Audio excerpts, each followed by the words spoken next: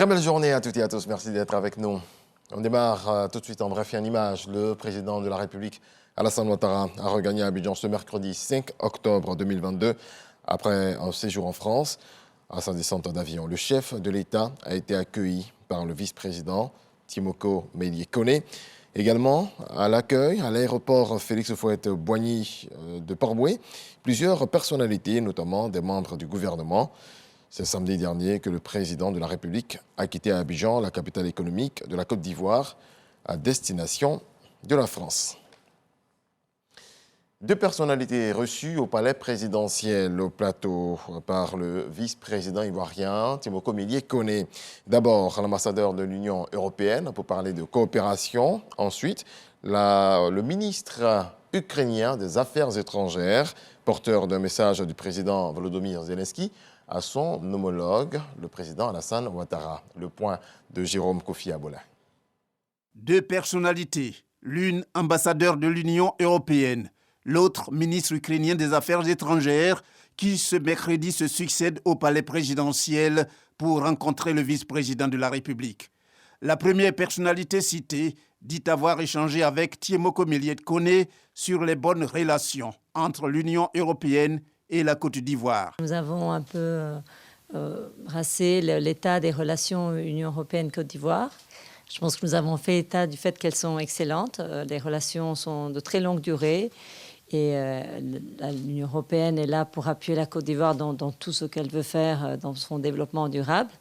Et nous avons échangé sur la vision aussi de son Excellence, Monsieur le Président, qui a vraiment une vision de développement, de création d'emplois, mais aussi de renforcer la cohésion sociale et aussi d'avoir un rôle de la Côte d'Ivoire dans la sous-région en termes de paix et stabilité. S'agissant de l'entretien entre le ministre ukrainien des Affaires étrangères et le vice-président de la République, il n'a trait essentiellement qu'à la lettre du président ukrainien à remettre à son homologue ivoirien, le président Alassane Ouattara.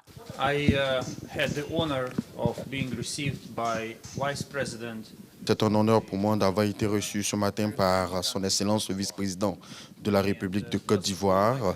Il faut dire que la Côte d'Ivoire est un pays frère. Ça a été pour moi une occasion de remettre à son Excellence une lettre de la part du président de la République d'Ukraine qui sera bien entendu remise à son Excellence le président de la République de Côte d'Ivoire. Je voudrais saluer ici la bonne relation qui existe entre nos deux pays. Pour le ministre ukrainien des Affaires étrangères, cette rencontre avec le vice-président de la République se veut aussi l'occasion de parler d'un projet de visite des autorités ivoiriennes en Ukraine, et cela dans le cadre du renforcement des relations entre les deux pays.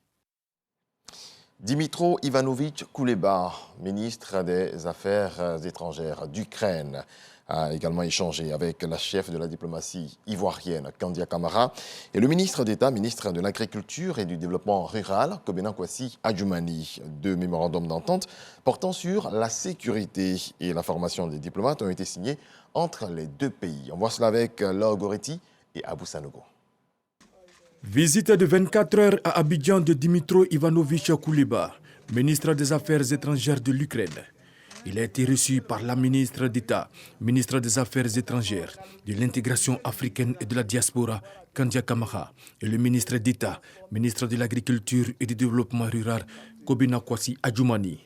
Deux mémorandums d'entente ont été signés entre l'Ukraine et la Côte d'Ivoire dans les domaines de la sécurité et la formation des diplomates. Nous avons eu une discussion avec Madame la ministre d'État, surtout sur les points relatifs à la sécurité et à la formation. Nous essayerons dans la mesure du possible d'aider la Côte d'Ivoire en nous fondant sur notre expérience personnelle sur la défense, les questions de cybersécurité et les questions de sécurité dans leur grand ensemble. Nous nous sommes rendus compte que la Côte d'Ivoire a des besoins dans le domaine de l'agriculture. Nous sommes donc venus avec des hommes d'affaires bien sûr, pour voir dans quelle mesure nous renforçons notre coopération. En marge de la signature des mémorandums, les deux ministres d'État ont présenté la Côte d'Ivoire et ses atouts attractifs à la délégation ukrainienne, en invitant ces hommes d'affaires à découvrir les potentialités d'affaires que regorge le pays. Nous avons compris que c'est dans la transformation que nos producteurs pourront véritablement bénéficier du fruit de leur labeur. Notre pays est un pays essentiellement agricole. Partout, nous avons de la verdure, nous avons des terres riches, nous avons des plans d'eau extraordinaires, nous avons des fleuves, nous avons des lacs, nous avons des barrages, nous avons des lagunes. Ce sont des atouts dont nous disposons et qui méritent d'être exploités pour nous permettre vraiment de produire davantage. Nous voulons que nos diplomates puissent parfaire leurs connaissances dans votre grand pays, qui a évidemment une grande expérience dans ce domaine. Et nous sommes très heureux, Monsieur le ministre, de savoir aussi que vous n'êtes pas venu qu'avec des diplomates. Vous êtes accompagné d'hommes d'affaires. Et la Côte d'Ivoire est un pays qui est en train d'amorcer son développement. Et la Côte d'Ivoire a décidé de transformer de façon structurelle son économie pour avoir suffisamment de ressources pour son développement. La signature de ces mémorandums marque le début du renforcement des relations fraternelles et du partenariat entre la Côte d'Ivoire et l'Ukraine. Le programme économique pour l'innovation et la transformation des entreprises, dénommé PEPIT, a été lancé officiellement ce mercredi à la primature par le Premier ministre Patrick Achi. Le PEPIT vise à accompagner la transformation structurelle des chaînes de valeur de 15 pôles sectoriels stratégiques identifiés, à soutenir l'entrepreneuriat et à faire émerger des entreprises ivoiriennes à fort potentiel. C'est ce que nous explique Jean-Luc Bambou. PEPIT, Programme économique pour l'innovation et la transformation des entreprises. C'est le programme phare de la vision Côte d'Ivoire 2030 qui ambitionne accélérer la transformation de notre pays en faisant émerger des entreprises fortes et résilientes. Il a été lancé ce mercredi 5 octobre par le Premier ministre Patrick Achi, marquant ainsi l'ouverture de l'appel à candidature pour recruter ces entreprises qui seront la locomotive de l'économie ivoirienne. Nous voulons des champions nationaux, mais nous voulons également une pépinière d'entreprises représentatives à travers les 15 postes sectoriels qui ont été identifiés dans le cadre de ce programme, à l'effet que toutes ces entreprises à fort potentiel puissent être accompagnées par l'État, puissent être suivies par l'État à travers des instruments qui sont mis en place. Le programme veut surtout renforcer les chaînes de valeur et promouvoir l'entrepreneuriat, afin de renforcer le rôle du secteur privé dans l'économie de la Côte d'Ivoire. Le programme PEPIT 2030 contribuera à réaliser une transition vers une plus grande consolidation des filières. Cette consolidation souhaitée aura pour le pays plusieurs retombées positives, au nombre desquelles on peut noter une hausse globale de la productivité nationale, des créations significatives d'emplois de qualité pour la jeunesse ivoirienne, le renforcement de la structure de l'économie pour la rendre plus résiliente aux chocs économiques, le développement du capital humain et une meilleure adéquation entre l'offre et la demande de travail. Les chefs d'entreprise, acteurs du secteur privé, ont vécu avec intérêt le lancement de cette initiative.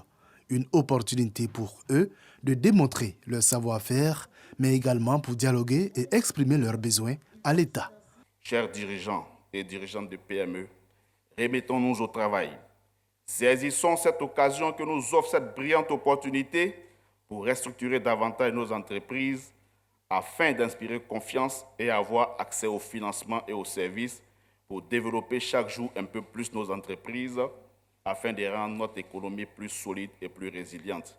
Tout en saluant l'ensemble des réformes déjà adoptées pour créer un environnement favorable au secteur privé, le Premier ministre a insisté sur la transparence et la rigueur qui doivent guider la sélection de ces futurs champions nationaux. Vous êtes ces optimistes qui savent voir l'opportunité dans chaque difficulté. Vous êtes ces rêveurs qui ne veulent jamais abandonner. Permettez-moi ainsi de vous appeler, de vous encourager, de vous mobiliser pour postuler en masse à ce programme d'excellence, afin de faire de votre entreprise et de votre talent unique d'entrepreneur un acteur clé de la transformation économique et sociale de notre pays. Permettre aux meilleurs de devenir bien meilleurs et aux grands de devenir des géants, a insisté le Premier ministre. 15 pôles sont ciblés par le programme PEPIT, couvrant l'ensemble des chaînes de valeur de la vision Côte d'Ivoire 2030. Les entreprises, elles, sont dès maintenant invités à se rendre sur le site internet www.pepite2030.gouv.ci pour faire acte de candidature au plus tard le 30 décembre 2022. On reste avec Jean-Luc Bambo qui nous apprend que le prix du kilogramme de cacao fixé par l'État de Côte d'Ivoire est le fruit d'un important effort financier. C'est une subvention de 140 milliards de francs CFA qui a été apportée à la filière pour atténuer les effets de la conjoncture du marché international. Information recueillie lors d'une conférence de presse ce mardi au plateau, animée par le ministre de tutelle, Kobina Kwasi Adjoumani. 4 jours après leur annonce aux Journées nationales du cacao et du chocolat, le ministre d'État, ministre de l'Agriculture et du Développement rural, est revenu au cours de cette conférence sur les conditions qui ont prévalu à la fixation des prix du kilogramme de café et de cacao. 900 francs CFA pour le cacao et 750 francs CFA pour le café. Ces prix, selon Kobina Kwasi Adjoumani, ne reflètent pas vraiment la réalité du marché international qui commande la fixation des prix de ces matières premières. Ils sont plutôt le fruit d'un effort financier considérable consenti par le chef de l'État et son gouvernement. C'est un peu plus de 135 milliards de francs CFA qui ont été consentis par le chef de l'État afin de permettre aux producteurs de toucher 900 francs CFA le kilogramme. Concernant le café, bien que les niveaux de marché actuels permettent seulement d'offrir un prix bord champ de 700 francs CFA le kilogramme, le président de la République a décidé d'offrir 750 francs le kilogramme, ce qui correspond à une subvention non négligeable de 5 milliards de nos francs. Ce sont donc 140 milliards de francs CFA qui ont été consentis pour obtenir ces niveaux de prix. Preuve de l'engagement du chef de l'État pour le bien-être des producteurs de café et cacao. L'on peut dire que si les fonctionnaires ont eu leur part de bonnes nouvelles 2022, les producteurs de cacao et de café viennent de recevoir aussi la leur. Pour garantir le respect et l'application de ces prix sur le terrain, le ministre d'État a exhorté les producteurs de café et cacao à s'engager, tous dans l'opération d'identification, en se dotant de la carte de producteur initiée par le Conseil du café cacao. Dans le reste de l'actualité, au moins 15 personnes sont mortes dans le naufrage d'une embarcation de migrants au large de l'île de Lesbos, en Grèce. C'est ce qu'ont annoncé ce matin les gardes-côtes grecs. Au Burkina Faso, le capitaine Ibrahim Traoré, tombeur du lieutenant-colonel Paul-Henri Sadaogo d'Amimba, le vendredi 30 septembre dernier, vient d'être officiellement désigné chef de l'État du Burkina Faso. Et puis on termine avec du football, Ligue européenne des champions et de 3 pour le Real de Madrid. La Maison-Blanche a encore vécu une soirée dénuée de soucis face au Shakhtar Donetsk. 2-1, score final. Le Real tout proche déjà des huitièmes de finale. Dans la soirée d'hier également, les premiers points perdus par le Paris Saint-Germain sur la pelouse du Benfica. 1 but partout, score final. Et puis le carton de Manchester City et Erling Haaland face à Copenhague, 5-0. Très belle journée à vous tous. Merci de votre attention. Paix dans vos foyers.